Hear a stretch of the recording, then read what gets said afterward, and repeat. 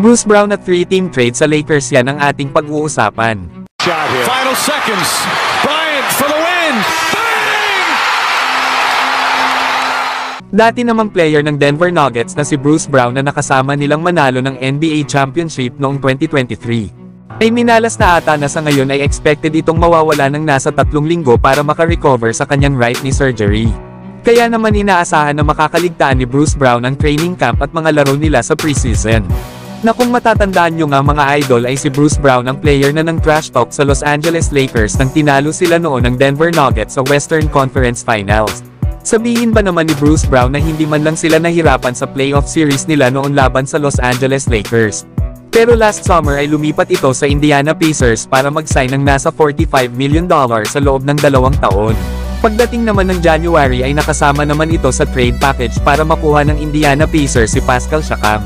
Sa ngayon ay may edad ng 28 years old si Bruce Brown. Mananatili pa nga ito ng isang season para sa Toronto Raptors matapos nilang kunin ang $23 million na team option nito.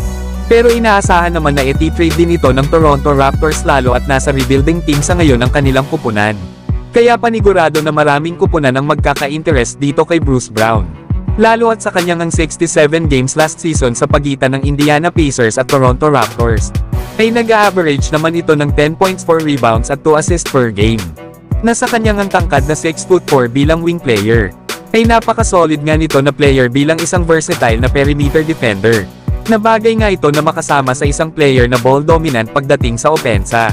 Kaya panigurado na kapag healthy na si Bruce Brown, ay malaki ang contribution na maibibigay niya sa Toronto Raptors next season. Pero kayo mga idol, ano ang masasabi nyo dito kay Bruce Brown? Samantalang may isa namang quality na big man ang makukuha ng Los Angeles Lakers sa 3-team trade idea na ito sa pagitan ng Chicago Bulls at Brooklyn Nets. Na bagamat nakuha nga daw ng Lakers ang big man na si Christian Koloko, ay malayo pa sila para maging isang contender team papasok ng 2024-25 season. At ito nga ang nasabing trade idea ng 3 kupunan. Na makukuha ng Los Angeles Lakers si Nikola Vucevic. Makukuha naman ng Brooklyn Nets itong si Zach LaVine. Para naman sa Chicago Bulls ay makukuha naman nila sila Ben Simmons, D'Angelo Russell at Jackson Hayes. Kaya naman dahil sa 3-team trade na ito ay magkakaroon na ang Lakers ng isang starting center. At para naman sa Chicago Bulls at Brooklyn Nets ay magkakaroon naman sila ng mga bagong talent sa kanilang kupunan. Para nga sa Lakers ay isang proven at maaasahang sentro ang kanilang makukuha na si Nikola Vucevic. Isang 2-time All-Star na nag-average nga ito last season ng 18 points, 10 rebounds at 3 assists per game. Maganda nga ang player na ito sa Lakers dahil mapa-opensa at rebounding ay mapapalakas talaga nito. Kilala kasi si Nikola Vucevic sa kanyang pagiging versatile sa opensa na effective nga ang ginagawa niyang mga mid-range jumper. Maganda rin ang kanyang shooting pagdating sa 3-point range na may career average na 34%. Bagay nga ito na makasama ni Anthony Davis na bababa naman bilang power forward at ganun din sa playmaking ability ni LeBron James. At dahil nga rin sa ability ni Nikola Vucevic na ma-stretch ang floor, ay magbibigay naman ito kana LeBron James at Anthony Davis ng space para sila ay makapag-operate sa painted area. Isa pa ay kaya ni Nikola Vucevic bilang sentro na makascore inside and out, isa pa ang defensive skills ni Anthony Davis. Kaya naman ay magsasawa daw talaga si Anthony Davis na maglaro sa pagiging power forward.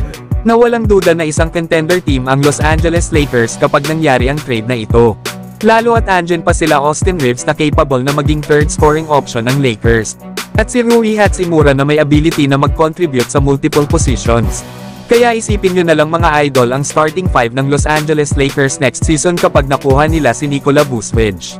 Na pinapangunahan nga ito nila LeBron James, Anthony Davis, Nikola Vucevic, Austin Reeves at Rui Hachimura.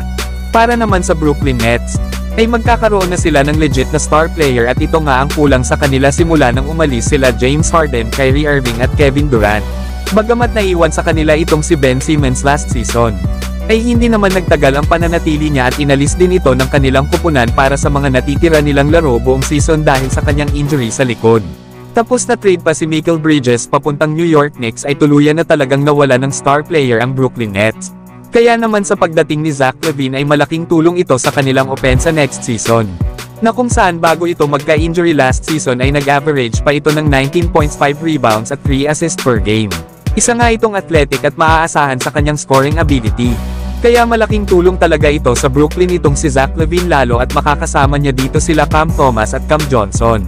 Para naman sa Chicago Bulls, ay tuluyan na nga silang nakapag-rebuild sa pagkawala nila Zach LaVine, DeMar DeRozan at Nikola Vucevic. Na dito nga ay makukuha nila ang former All-Star at Defensive Player of the Year na si Ben Simmons. Kilala ito sa kanyang elite na mga depensa at playmaking abilities. Sa ngayon ay magbabalik na ito mula sa kanyang back injury last season. At cleared na rin ito para makapaglaro sa susunod na season. Kaya maaaring maibalik ni Ben Simmons ang kanyang All-Star form dito sa Chicago Bulls. Na makakasama niya nga rin dito si D'Angelo Russell, isang scoring guard na mahusay rin na playmaker. Kayang-kaya nga rin ito na patakbuhin ang opensa ng Chicago Bulls next season. Lalo at last season sa Los Angeles Lakers ay nag-average ito ng 18 points at 6 assists per game. Na dito ay makakasama naman niya sa backcourt sila Josh Giddey at Kobe White. Kaya possible lang din itong i-trade ng Chicago Bulls lalo at nasa expiring contract na ang kontrata ni D'Angelo Russell. Kesa naman umalis ito na wala silang nakukuhang kapalit. Mapupunta rin sa Chicago Bulls ang batang athletic na big man na si Jackson Hayes. Magbibigay nga ito ng lob threat at rim protection sa kanilang kupunan. Kaya bagay talaga ito na makasama ng iba pa nilang mga young players. Pero kayo mga idol, ano ang masasabi nyo sa 3-team trade idea na ito?